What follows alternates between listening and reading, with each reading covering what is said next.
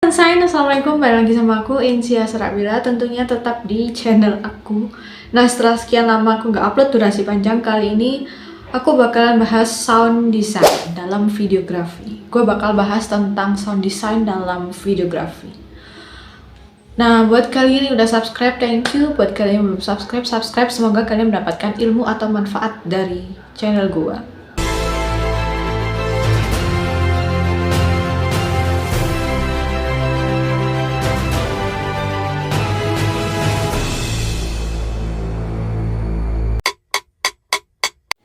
Kalau bicara video yang impactful, kita sering fokus pada elemen visual, padahal audio atau sound design memiliki peran yang sama pentingnya.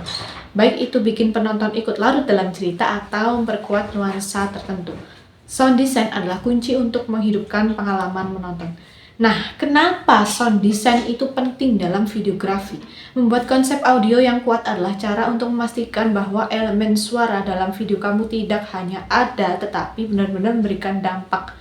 Audio berfungsi memperkuat emosi, menciptakan atmosfer, dan bahkan mampu mengkomunikasikan pesan tanpa harus ada visual tertentu. Tips untuk menciptakan konsep yang kuat adalah memastikan bahwa desain tersebut atau sound design tersebut dapat dirangkum dalam hanya satu atau dua kata. Nah, contoh konsep audio yang kuat yaitu epic.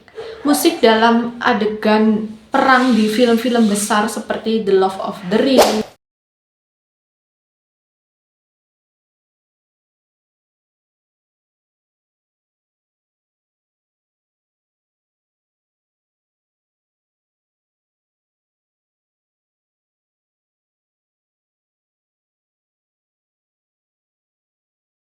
Mahabharata,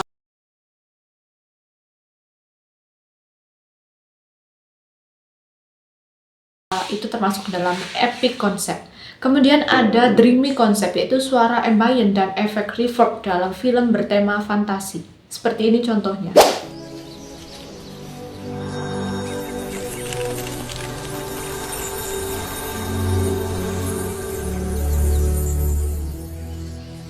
There you go.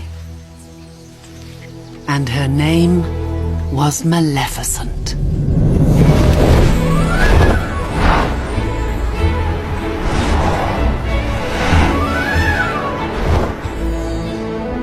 Good morning, Mr. Chanterelle. I love your cap. Oh.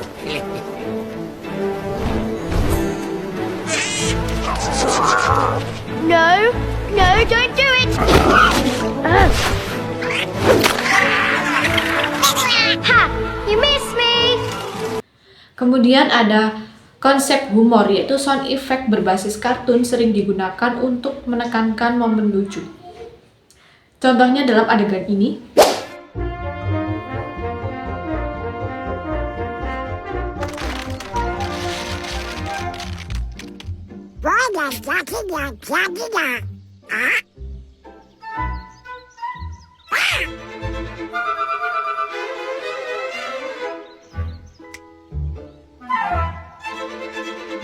Menurut George Lucas, suara itu setengah dari pengalaman sinematik.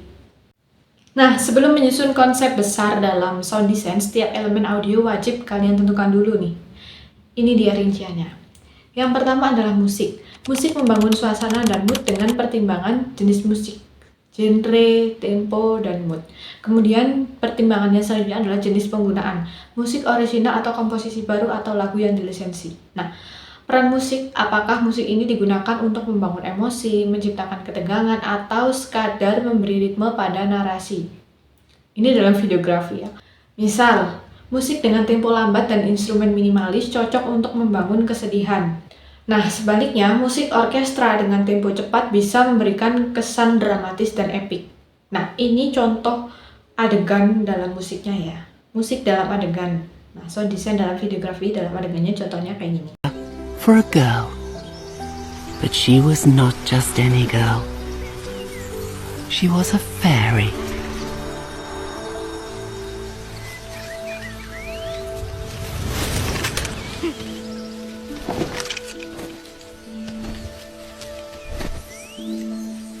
Yang kedua adalah efek suara atau sound effect. Efek suara memberikan realisme dan memperkuat aksi di layar. Contoh, efek suara seperti langkah kaki, pintu berderit, atau ledakan. Efek suara juga bisa kamu gunakan untuk elemen simbolis seperti gema untuk menyimbolkan kesendirian. Jika efek suara yang kamu gunakan sangat detail hingga menangkap suara napas manusia, maka konsep efek suaramu cocok mendekati genre thriller atau horor dalam film. Hal yang sama berlaku untuk konsep yang berlawanan. Yang ketiga, dialog. Dialog adalah elemen audio utama untuk narasi atau percakapan. Fokus pada gaya penyampaian, apakah dialognya natural, dramatis, atau naratif. Kemudian kualitas rekamannya. Gunakan rekaman seperti audio ADR jika dialog kurang jelas. Narasi voiceover cocok digunakan untuk penjelasan storytelling. Nah, selanjutnya ada suara ambient atau atmosfer, yaitu suara latar yang memberikan konteks pada lokasi dan waktu adegan. Contohnya termasuk suara angin, hujan, atau keramaian kota. Suara ambience dalam videografi membantu menciptakan imersi dan mendukung alur cerita. Konsep ambience ini akan serupa prakteknya dengan konsep efek suara. Setelah elemen-elemen di atas kamu tentukan, kini saatnya menyatukan semuanya dalam satu konsep sound design yang besar. Pilih kata kunci utama, tentukan satu kata yang akan menjadi roh konsep dari audio seperti epic, melankolis. Gabungkan elemen, pastikan semua elemen suara selaras membentuk cerita audio yang mendukung keseluruhan cerita dalam video kalian. Kemudian simulasi, uji kombinasi elemen secara keseluruhan. Apakah semuanya terasa natural dan mulus saat digabungkan? Jika salah satu elemen audio nggak selaras dengan konsep utama, maka elemen tersebut perlu disesuaikan agar lebih sesuai dengan keseluruhan visi. Contohnya, dalam video promosi travel nih, kalian bisa gabungin suara deburan ombak, suara angin sepoi-sepoi. Nah, selanjutnya adalah sinkronisasi dengan visual. Seberapapun bagus konsep kamu, jika nggak disinkronkan dengan visual, hasil akhirnya pasti akan kurang optimal. Bandingin kembali deh konsep audio yang udah kamu bentuk dengan konsep visual video kalian yang udah ada. Apakah jika keduanya digabung memberikan mood yang sama? Memberikan taste yang sama? Bisakah konsep audio meningkatkan emosi dalam konsep visual? Nah, selain itu, jika memungkinkan, kalian bisa aja buat mock-up audio visual untuk mendapatkan gambaran awal dan menghindari revisi berulang dalam sound design videografi. So, itu dia penjelasan sound design dalam videografi versi gue. Lo bisa komen di bawah apa yang kira-kira kurang dari pembahasan gue kali ini. Lo boleh hujat, lo boleh kritik, lo boleh kasih masukan, lo boleh kasih komplimen atau pendapat lo, whatever. Thank you, semoga ilmu yang gue share kali ini bermanfaat. Jangan lupa like, subscribe, dan share ke seluruh sosial media yang kalian punya. Thank you, wassalamualaikum warahmatullahi wabarakatuh.